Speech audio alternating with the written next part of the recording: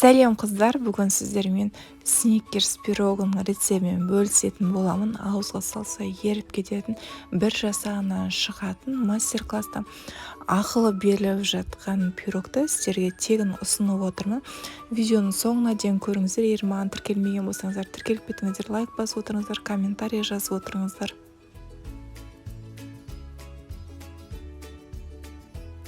Сіздерге түсінікті болу үшін барлығын көздеріңізше өлшеп жасайтын боламын. Керекті ингредиенттердің барлығын описанияға жазып кетемін. Бірінші маргаринімізді өлшеп аламыз. Маргариніміз 200 грамм 72%. Одан кейін қантымызды өлшейміз. Қант 200 грамм. 20% осындай қаймақ қолданатын боламын. Қаймағымыз 200 грамм. Ұнымызды өлшейміз. Ұнымыз 600 грамм керек. Ұнымды иілгіштен өткізбеймін. 2 жұмыртқамды қойып қойдым. Разрыхитель тестамды кішірек ыдысқа салып қойдым. Видеода барлығы көрініп тұр.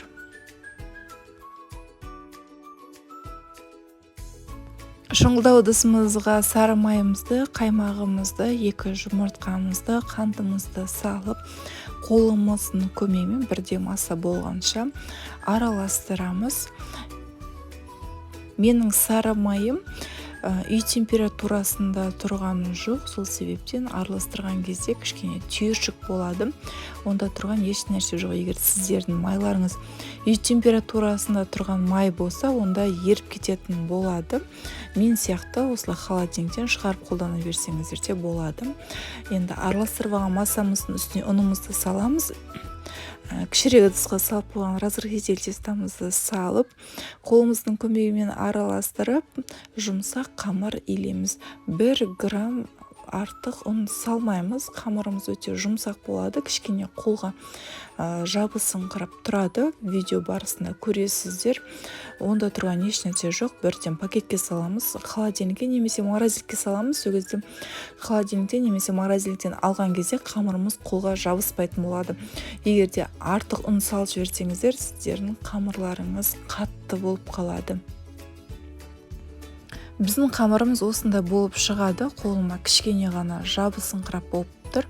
Осындай жұмсақ, жұмыс жасағанға ыңғайлы қамыр болып шығады. Енді осы қамырымызды пакетке салып, холодильникке 1 сағатқа немесе морозильникке жарты сағатқа немесе 45 минутқа салып аламыз. Сол кезде сіздердің қамырларыңыз жұмыс істегенге өте ыңғайлы болады.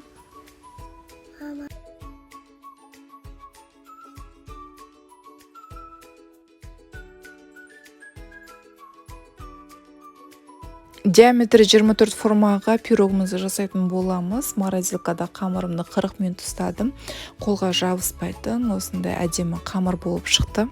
Қамырым ортасы осындай глубокий болады. Егер де піскен кезде сіздердің қамырларыңыз тегіс болып шықса, ондай болып шығады қыздар, ондай болып тұрады.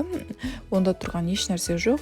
Пирогымыздың видео барысында көрсетіледі. Вареный сгущенка жағып, бетіне шоколад жағып жасай бересіздер. Ортасын кесіп алып жүрмеңіздер. Жасап алған формамызды қызып тұрған 220 градустағы пешке 35-40 минутта пісіріп аламыз пирогымызды. Пирогымыз пісіп жатқанда ганашымызды жасаймыз. Ол үшін бізге шоколад қажет. Мен Қазақстан шоколадымен жасайтын боламын. Кез келген молочный шоколадпен, яғни сүтті шоколадпен жасай берсеңіздер болады.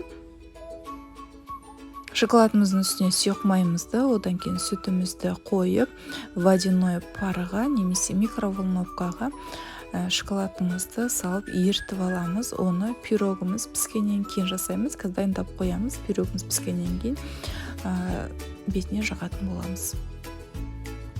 Қыздар, менің пирогым 35 минутта пісті. Даже жан-жағына жабыспайды. Кішкене осылай пышақтың көмегімен кальциядан ажыратып аламыз. Өте нәзік қамыр болады. Абайлап шешіңіздер. Мен видеода қарап тұрсаңыздар, ажағында арақ істеп тұр.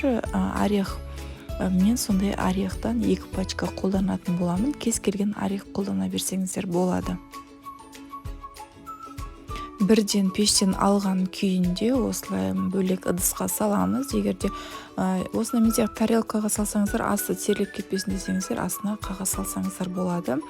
Біздің пирогымыздың қамыры өте жұмсақ болады. Абайлап жұмыс жасаңыздар, пирогтарыңыз бөлініп или кесіліп қалмасын.